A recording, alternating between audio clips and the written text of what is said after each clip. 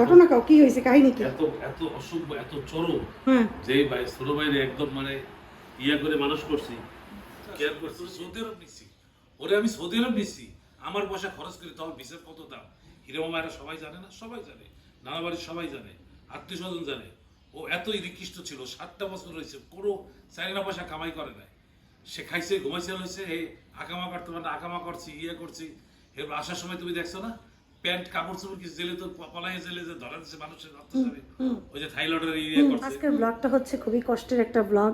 আজকে আসিফ রাব্বুর অনেক কষ্ট মনে আর সেইগুলো কথাগুলোই আজকে বললো আর আমি ব্লগ আকারে ধারণ করলাম। আমার আগে আসিফের আব্বুই ব্লগটা ছাড়তে বললো, তো সেই জন্যই আত্মীয় স্বজনও দেখুক, যারা জানে না তারাও জানুক, এই আর কি। আমরা তো অনেক সময় অনেক কথা বলি না, চুপ থাকি। আসসালামু আলাইকুম, কেমন আছেন সবাই? দুপুর থেকেই ব্লগটা শুরু করলাম, কালকে দুপুরে শেষ করেছিলাম, সেখান থেকে ব্লগটা শুরু। আশা করি পুরো ব্লগটা দেখবেন। আফিফ তোমার খাবার নাও।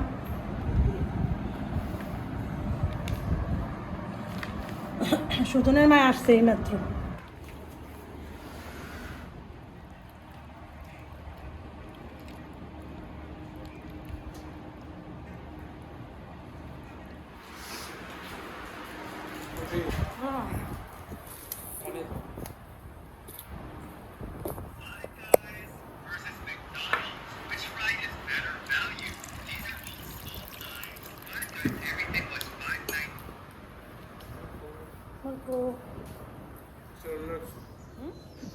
কল দিলে কল ধৈর্য টৈর্য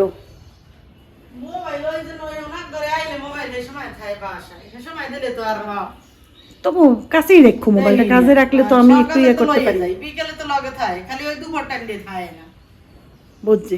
এই সময় থাকে ঘরে। ওই তো মানে মাঝে মাঝে কল চেক করে, পোলা প্যান্ডে কই যে একটু দেখতো আপু কল দিছে কিনা। সুজনের মা খাওয়া দাওয়া করছে, খাওয়া দাওয়া করেই চলে গেল। সুজনের মা যখনই আসেন মাশাল্লাহ সে তৃপ্তি সহকারে আমার বাসায় খেয়ে তারপরে সে চলে যায়। সে বলে আমাকে, বলে আপু আপনি যেই ভালোবাসা দেন, যেই ভালোবাসান, এরকম কেউ বাসা না। এই রুমটা দেখলে কেউ বলবে যে আমাদের বাসা দেখো কি অবস্থা। সব আছে ব্রাব্য করছে। তো যাই হোক, এখন এই রুমটাও ঘুষাবো, যেহেতু রাতে মেহমান আসবে। তো সুজনের মা যতটুকু কাজ করে দিছে, এখন আমি আস্তে আস্তে করে রান্নায় চলে যাব, রান্না বান্না করবো। আর আসিফের আব্বুকে কল দিছিলাম, বলে যাই আসতেছি। তো আসিফের আব্বু দেখি আসে কিনা। খাওয়া করছি, অনেকক্ষণ হয়েছে এই আর কি। তো আসিফের আব্বু এইমাত্র আসছে, এখন ধরো খাবার দেব, কি করে কে জানে। এই খাবা না? আমি নানার সাথে খাইছি, নানার সাথে খাইছি, শিবু নামাই দিছে, জীবন মোর খুবই খারাপ। কেন কি ঘটনা কাও কি হয়েছে কাহিনী কি? এত এত অসভ্য এত চরম যে ভাই ছোট ভাইরে একদম মানে ইয়া করে মানুষ করছি। কে ভাই আমার তুই তারি করে কথাবার্তা কয়, তুমি জানো কি কয়? আমার কাছে তোরে জায়গা দেবো না, তোর এই করবো না, তুই কেমনে খাবি, তুই আমার 100% রাস্তা খাবি, কিন্তু তুমি আবার রাস্তা ছাড়ো। আমি তো তোমারে তোমারে তুই কয় তুমি তুমি কও। হ্যাঁ আমি তো আমার মতো অভদ্র না, অসভ্য না। আমার তো শিক্ষা আছে, আমার তো ইয়ে আছে, আমার তো বাপ মার ইয়ে আছে, ওর মধ্যে তো এ নাই। ও গাঞ্জাখোর, ও ইয়ে করছে, ও তো থায় দাও না, ওর কোন ফ্যামিলি দিয়ে ইয়ে বিলং করে এখন দাও না, কাগুলোকে থায়। ওর পরিবার তো ঠিক নেই, যে এরকম এত খারাপ এত নিকৃষ্ট জানে যেগুলো হারাম খাইতেছে, এই হাজব্যান্ডে নিশ্চয়ই সে ইয়ে করে, উৎসাহিত করে। এই ওর বউ? হ্যাঁ এই তো দাও না, এসে সারা বছর পর শ্বশুরবাড়ির লোকজন থাকে, যে আমি যাইতে পারি না। আমার ঘরের অংশ আছে, আমার মায়ের অংশ আছে। আমি তোমার আজকে খুব আমার খারাপ লাগতেছে যে এই কথাগুলো বলতেছি। ও এই করে ওই করে, আমি তো এতদিন সহ্য করছি, এখন আর সহ্য করবো না। আর আমাদের কিছু কিছু আত্মীয় স্বজন আছে, ওটা খায় লয়, ওটা খাইতে ওটা তো আমার বাসা, পিছনে একটা পয়সা দিতে আছে না, গ্রাম দিয়ে সবাই নিয়ে খাইতেছে না পিছনে পিছনে 6 দুগুণে 12 আর কামার কত, কামার হয়তো 12,000 টাকা খাইতেছে, ইয়ে করতেছে। তারপরে যে তোমার রম্যারও খাইছে, হ্যাঁ রম্যা 3000 18,000 টাকা এগুলো তো খাইছে। কম খায় রম্যা গেছে গিয়ে। তো চিন্তা করো, এগুলো তো সব। আর দেখায় মানুষের কয় আমি ইফতারি দিই মসজিদে, আমি এই করি, অমুকের বাড়িতে খাওয়া দিই। আর উনি কি করে আবার কয়? হ্যাঁ উনি কি করে, ওরে আল্লাহ, পয়সা পাস কই পাইছে। তো বিয়ে করার যোগ্যতা ছিল না, তোর সৌদি আরব নিছি, ওরে আমি সৌদি আরব নিছি, আমার পয়সা খরচ করি তখন ভিসার কত দাম হিরো মামারা সবাই জানে না সবাই জানে, নানা বাড়ির সবাই জানে, আত্মীয় স্বজন জানে। ও এতই নিকৃষ্ট ছিল, 7টা বছর হয়েছে কোনো চারিনা পয়সা কামাই করে নাই। সে খাইছে, ঘুমাইছে, হয়েছে, এই আকামা করতে পারে না, আকামা করছি, করছি। এরপর আসার সময় তুমি দেখছো না, প্যান্ট কাপড় চোপড় কিছু জেলে তো পলাইয়ে জেলে যে ধরা দিচ্ছে মানুষের অত্যাচারে, ওই যে থাইলয়েডের করছে, মানুষের অত্যাচারে মানুষ পয়সা পাইবার ধরবে, এর লেগে যে পলাইয়ে ধরা দিয়া সে জেলে গেছে। জেলে যাইয়া, জেলে যাওয়ার পরে আর রেসপন্সারে ধরি আমি কত কষ্ট করে বানাইছি, রবিন জানে, জানে। আর তুমি তো তুমি ওর সব কাপড় চোপড়, জামা, আমি তোমার কাছে মুক্ত এগুলো দরকার নেই, করছে না ও যে পড়বে কি, ও যে করবে কি, তুমি বারবার কইছো। আমি তো অনেক টাকা ছিল, সমস্যা তো হয়নি। ওই তো তারপরও সেই দেখো কিভাবে আমার জানি কষ্ট না দেয়, না করে। হ্যাঁ, ওর কাছে কিছু নাই। তারপর সে করছে কি, ঢাকায় এসে, ঢাকায় করছে কি, গুড্ডুর কোন ভাইরার কাছে এসে ও টাকা খাইছে। আরে কি বকর সকর বিদেশের কথা কইছে। তো আমার আমি তো আর মানে এগুলো তো গোপন রাখার কোনো নাই। হ্যাঁ, তারপর এনে 2-4 দিন করছে, তারপর বাড়ির গাছ সব বিক্রি করছে। আমার জায়গারই তো গাছ বিক্রি করছে, আমাদের সবার জায়গায় গাছ। আমার শাশুড়ি কল দিয়েছে আমারে, নিয়ে বলছে যে মুক্তা তোমার গাছ তো এরকম বিক্রি করে ফেলাইছে, তারপরে কিছু বললো না। হ্যাঁ, ওরা কিছু বললো না। আমি বলছি যে না ঠিক আছে, আমি কি করবো। সেই সময় 2-3 লাখ টাকার গাছ বিক্রি করে খাইছে। তারপরে আমি সৌরভ স্যারের দ্বারা 2 লাখ টাকা রাখছি। সেই 2 লাখ টাকা জোর করে সৌরভ স্যারের দ্বারা মায়ের কল দেওয়াইয়া যে মার কাছে যেন টাকা দিয়ে যায়, মার কাছে টাকা দিয়েছে, পরে আমি টাকা চাই, মাকে ও খাই ফেলাইছে টাকা। তারপরে যে আমার কাছে বালির টাকা আছে, ওই সে সময়, হ্যাঁ ওই যে 17 সালে ওই যে ম্যানেজার তো সাক্ষী আছে। হ্যাঁ, তারপর তোমার কত টাকা নিয়েছিল এই সময় আমার ঠিক খেয়াল নাই, ভালো অ্যামাউন্ট নিয়েছে। হ্যাঁ, হ্যাঁ, তারপর তোমার আছে কি জানি, তোমার তো অনেক কিছু জানো, কতদিন তার 2বার ওই সময় 2বার পাইছে। প্রথম দিন পাইছে, তুমি কত টাকা খরচ করছো? হ্যাঁ, কয় ওই ভয় নাই, অমুক আমি 2বার তুমি কত টাকা খরচ করছো? অমুক আমিন লাগবে আনছি, ওর কত মত পরে সেই জব্বার আমিন দেয় না, আবার মাপ দেওয়া হয়েছি সেই করার জন্য। ওই কাগজপত্রই তো লেখছে। আমার ওই অল্প সময়ের মধ্যে দলিল রেজিস্ট্রি কি করে দেবো, সে তো আগেই সবকিছু প্রথম একটা ড্রয়িং করছি, ওইটা রাখিয়ে গেছিলাম আমার কাছে, আমি এটা করবো, কিন্তু সেই অনুপাত কিছু করেনি। তাও তুমি কত টাকা পাঠাইছো কেসে? 2017-তে আসার আগে সেই অবৈধভাবে আবার আমার জায়গার মধ্যে দখল করিয়ে ওই দলিল, ওই যে ড্রয়িং, ওই যে বন্টন অমান্য করিয়া ওইটার উপরে আমার তুমি এটা দিয়ে কেস দিয়ে দাও। এখন তো এগুলো দিয়ে কেস করবো, ওই তো সব কথা এসে। তারপর তোমার করছে কি, তারপর বড় মামা আমার ধরলো, কি করবি এখন? ঠিক আছে, এখন আবার তুই কর, তুই তো ঠকছিস এমনি, আবার কর, বড় মানুষ ঠকলে কিছু তোরা আল্লাহ অনেক দেবে। তা বড় মামার কথা আমি তো ফেলাইতে পারি না। তারপর তোমার আব্বা আমার শ্বশুরে কইছে, আম্মাই কইছে, অন্য আত্মীয় স্বজন কইছে।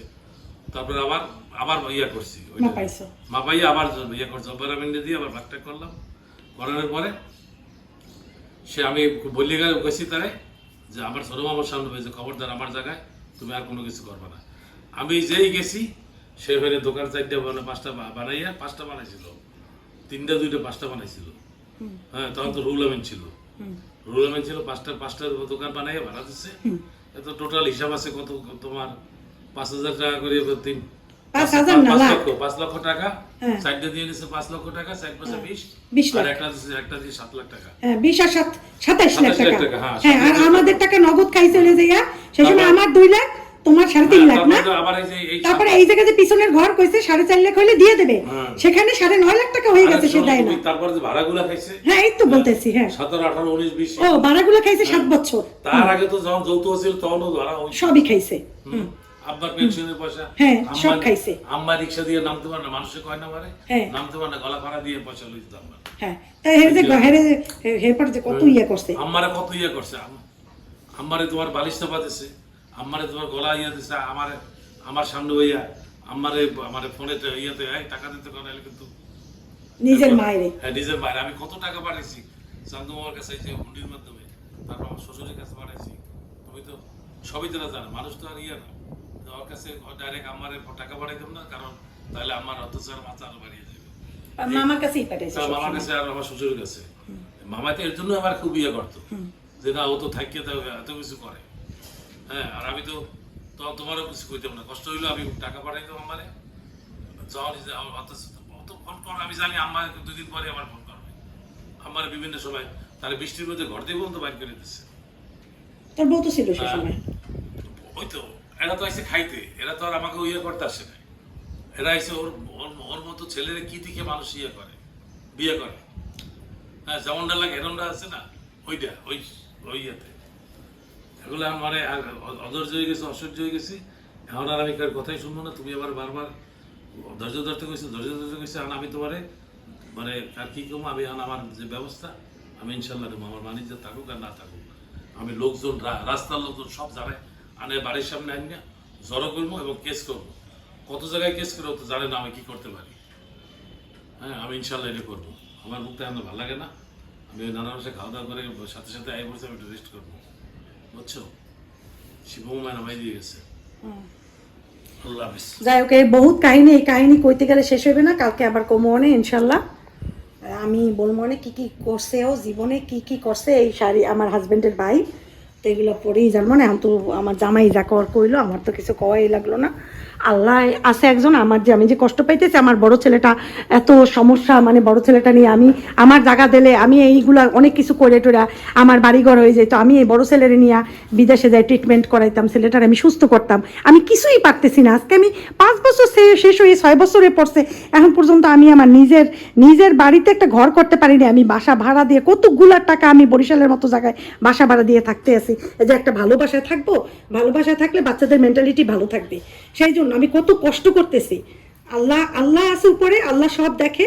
আল্লাহ বলছে যে আমি শয়তানরা অনেক দিয়ে রাখছি, যে কোনো সময় আমি দড়িটা ধরে টান দেবো, তখন সে সামনেও যেতে পারবে না, পিছনেও ব্যাক করতে পারবে না। তো এইরকম অবস্থা আল্লাহই করে দেবে ইনশাল্লাহ। সবাই দোয়া করো, এই আর কি। আর এই তো আজকে মামারা আসবে, রান্না বান্না তো হইতে আছে, এই আর কি। আগে চিংড়ি মাছ আর ইলিশ মাছটা ভাজবো। চিংড়ি মাছটা ভাজা দিই, ডিমওয়ালা চিংড়ি মাছ।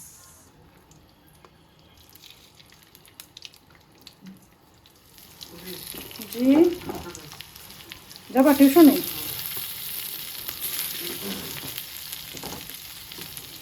দাঁড়াও, মাছটা দিয়ে নিচ্ছি ভাই।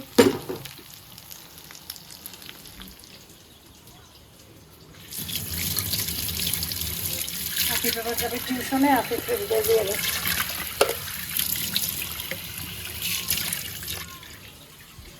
বুড়ি বুড়ি কই? আসো।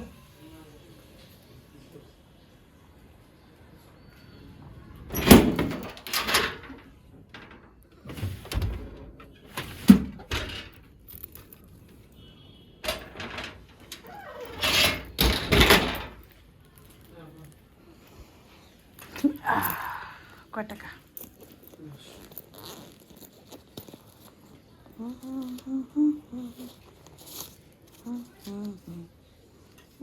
বন্ধ, হেঁটে নামতে হবে। বাবা সাবধানে যাই, দোয়ানিসপুরে আয়তাল কুরসি পড়ো। আমি আমার ছেলেকে বলছি যে তুমি রিক্সায় যাও, বলে কি আম্মু এখানে দাঁড়াইয়া রিক্সার জন্য দাঁড়াইয়ে থাকতে হয়, তার থেকে আমি একটু সামনে যেয়ে অটোতে গেলে আমার পয়সা খরচও কম হবে, আবার আমার যেতেও সুবিধা হবে। সেজন্য সে রিক্সায় যায় না, লাইনের অটোতে চলে যায়। তো খেয়াল করে খুব যে না, শুধু বলে শুধু মানি ওয়েস্ট করবো কেন, এটা বলে। আজকে সুজনের মা দুঃখের কথা বলছে, ভালো লাগে না, শুনতে কষ্ট লাগছে। সুজনের বাবা তো রাস্তার পাশে ওই যে ওগুলার বলে বাক্স দোকান বলে, ওই যে পান সিগারেটের এক ধরনের বাক্স আছে না, ওগুলো বসে। আমাদের পুরো বাংলাদেশের তো উঠেই গেছে না, রাস্তার পাশে হকার্স উঠেই গেছে। এখন ঘটনা হয়েছে সুজনের বাবাকে উঠে গেছে, সুজনের মার তো খুব বিপদে পড়ছে না। ওদিকে এক বাসায় কাজ করে, তারা বলছে তুমি এই সামনের মাসে 1 তারিখ হইতে আসবা না। সেই বাসায় সুজনের মায়ের 5,000 টাকা পায় কাজ করে। সে বলে যে এই কাজটা আমার উঠাই দিলে আমি কি করব। এই সুজনের মায়ের কথা, অনেক কাজ করে সেই বাসায় আবার, আর মানে অনেকগুলো কাজ করে, মানুষও বেশি ঘরের। তারপরে এইসব দুঃখের কথা সে বলছে, অনেক বাসায় সে কাজ করে, একটু করে, কোনো জায়গায় 2,000 টাকা, কোনো জায়গায় 1,500, কাজের উপরে। অল্প কাজ, একটা কাজ হয়তো কোনো জায়গায় রুটি বানায়, কোনো জায়গায় থালাবাটি ধুয়ে দেয়, ঘরটা মুছে দেয়। এইভাবে মানে এক মানুষ আছে না, এক রকমের কাজের মানুষ রাখে। রান্নার জন্য আলাদা রাখে, হ্যাঁ, ঘর মোছার জন্য আলাদা রাখে, তারপরে হাঁড়ি পাতিল ওয়াশ করার জন্য রাখে, এরকমের এই জন্য কাজ নেয় সুজনের মার। এখন আমি তো সুজনের মায়ের ওই যখন আমার প্রতিদিন আসলে লাগে না, সত্যি কথা এটাই। কারণ তোমরা জানো আমি যথেষ্ট কর্মঠান, বসে থাকতে পারি না, তাতে দেখা যায় কি আমার সমস্যা হয়ে যায়। আমার মানে আমি দেখা যায় যে সুজনের মার পিছে আমার থাকতে হয়, যে টাইম থাকে ওই টাইমে নিজেই কাজ করতে পারি। এখন কথা হয়েছে যে মনে করো সুজনের মাকে আমি রাখলে মনে করো প্রতিদিন এত কাজ থাকে না, তোমরাই দেখছো যে রমজান মাসে এমনও গেছে সুজনের মা কোনো কাজ করে না, শুধু ঘর ঝাড়ু দিয়ে মুছে চলে গেছে, কারণ কাজ নাই। হয়তো একটু পেঁয়াজ কাটা লাগবে, পেঁয়াজও দেখা গেছে পেঁয়াজ রুটি টুটি আগেই রাখছে, আর ভাজা পোড়ার কাজ এগুলো তো সে করে না, ওগুলো আমার করতে হয়। তো যার জন্য দেখা যায় তো তার কাজ আর নাই, যেগুলো আছে সেগুলো আমার সব করতে হবে। এখন ওরে যদি আমি রাখি, ওরে আলাদা রিক্সা ভাড়া দিতে হয়, কারণ অনেক বাসা ওর দূর, ওর বাসার থেকে আমার এখানে আসতে ওরে আমার ট্রান্সপোর্টেশনের পুরো পয়সা দিতে হয়। তো হ্যাঁ, এখন মনে করো লস হয়ে যায়, লস প্রজেক্ট। ঠিক আছে, ওর রিক্সা ভাড়াটা এমনি ওরে যে দেবো সেটা ঠিক আছে, ওরে আমি লাগলে বাড়াইয়াও দেবো সেটা ঠিক আছে, তাতে কোনো আমি কোনো মানুষের ব্যাপারে আমি খুব কার্পণতা করি না। আমি এখন সুজনের মাকে নিয়ে টেনশনে পড়ছি, সুজনের মারে কী করা যায়। আর মনে করো আমার বাসায় কাজ করলে ওই যাতায়াত সহ ওরে ওই 5,500 টাকার মতোই ওরে দেওয়া লাগবে মনে করো। ঠিক আছে, তা আমার 5,500 টাকার কাজ বাসায় না। এমনি মনে করো একজন মানুষকে হেল্প করা সেটা হচ্ছে অন্য জিনিস, তুমি মাঝে মাঝে একজনকে হেল্প করলা। আর যেহেতু ও এতদিন ভালোভাবে চলছে, এখন হঠাৎ করে 5,500 টাকারও কাজ না পাইলে ওর জামাইয়ের এখন যেহেতু ইয়াও নেই, বাক্সও নেই, এখন আমি আসিফের আব্বুকে বললাম যে দেখো না একটু বাক্সটা নিয়ে একটু বসানোর ব্যবস্থা, আমার যে জায়গা সেখানে এইগুলো বসানোর জায়গা নেই, ফুটপাত আমার দোকানগুলোর সামনে তো ফুটপাতে তো কেউ কিছু দিতে পারবে না, গেছে। তারপরে বাকি থাকে কি, বাকি থাকে হয়েছে এদিক সেদিক। এখন আসিফ আব্বুকে বললাম যে ওরা একটু ম্যানেজ করে কোনো এক জায়গায় ওর জামাইরে বসাই দেওয়া যায় কিনা, একটু দেখো না, একটা মানুষের যদি একটু হেল্প করতে পারি তাও ভালো। এই ভোট দিয়ে আসছি তোমাদের সাথে কথা বলতে বলতে। আগে চিংড়ি মাছ যখন ভাজতাম আমি এরকম ঘ্রাণ পাইতাম না, সত্যি কথা, কিন্তু এত ঘ্রাণ ভাজার পরে যে নদীর থেকে ধরে আনছো না, সেই লেভেলের ঘ্রাণ। সুজনের মা অনেকগুলো কাজ করে দিয়ে গেছে, এগুলো তো আমি করছি, তুমি দেখছো তোমরা। সুজনের মা আমাকে পেঁয়াজ কুটে দিয়ে গেছে, যেটা আমার সব থেকে বেশি সুবিধা হয়। কাটাকাটির বিষয়টাই অনেক বড় একটা ব্যাপার। এখানে পেঁয়াজ বাটা দিয়ে দিই অল্প করে। এই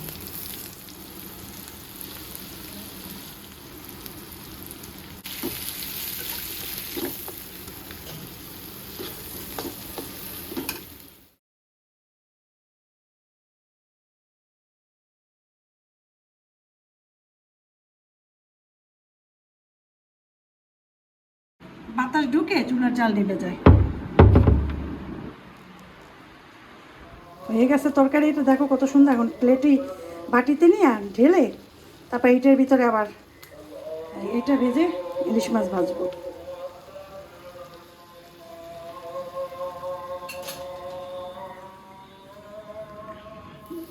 আমাদের বাসায় মামিদের যখন দাওয়াত দিচ্ছি, কারণ মামি একটু দাওয়াত নিতেই চায় না, বলছে না না না আফিফের পরীক্ষা, দাওয়াত লাগবে না, মুখটা আমি বলছি না মামি প্লিজ আসবেন, কারণ আপনারা অনেক দিন যাবত আসেন যান, আমি বলতেই পারি না আপনাদের, কারণ আপনারা টাইমই যেতে পারেন না, ব্যস্ত থাকেন, আবার দেখা যায় 2 দিনের জন্য এসে চলে যান। এবার একটু আইসেন, তখন জেগে রাজি হয়েছে। আমার একদম সব কিছু ক্লিন করছি, রান্নাও একদম ডান, ভাতটাও প্রায় হয়ে আসছে। এখানে দেখো তোমাদের আর ব্লগ করে দেখাইতে পারিনি, সজিনা আর ডাল রান্না করছি। এই যে হ্যাঁ, 5 ফোড়ন দিয়ে লাস্টে বাগার দিচ্ছি। এই গেলো সজিনা আর ডাল। মাছটা তো দেখছিলা, একটু মাছ করছে, ইলিশ মাছ।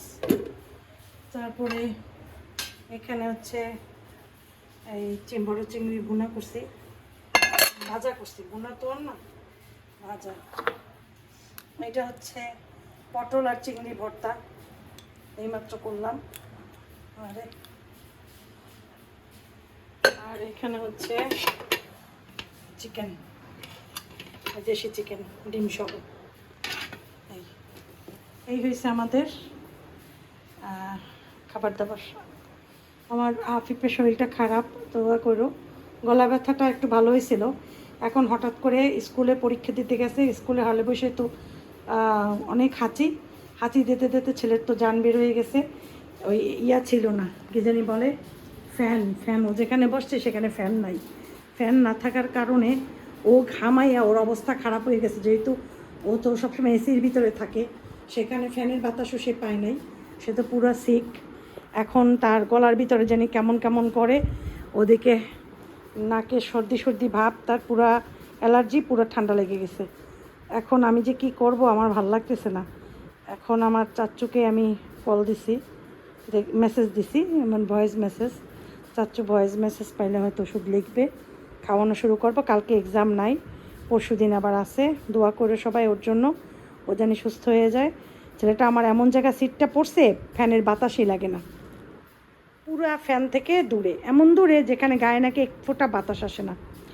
এখন আমি দেখি কালকের ভিতরে যদি দেখি যে গলার কাছে এক ধরনের ফ্যান, এখন অনলাইনে অর্ডার দিলেও আসতে তো সময় লাগবে, গলার কাছে ফ্যান ঝুলাইয়ে রাখে, বাতাসটা নাক মুখের উপরে ওঠে, মানে মাথাটা ঠান্ডা থাকলে কিন্তু বডি এমনিতেই ঠান্ডা হয়ে যায়, বুঝছো?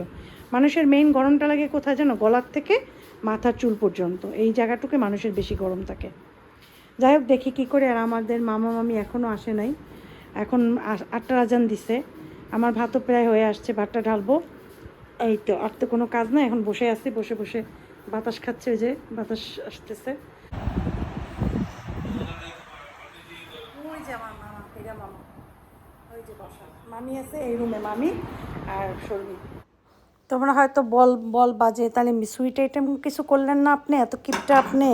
আমি সুইট আইটেম একটা করেছি, জর্দা করেছি, কিন্তু না এই ভ্লগে সেটা দেখাইতেই পারি নাই, কারণ খেয়াল ছিল না। খাবার দাবারের পরে তারপরে জর্দা মানে সেমাই ভুনা আছে না, সেইটা নারকেল দিয়ে করছিলাম, ঘি আর নারকেল দিয়ে। মামি আসেন, মামিরে বসা, মামা আছে ওইখানে বসা।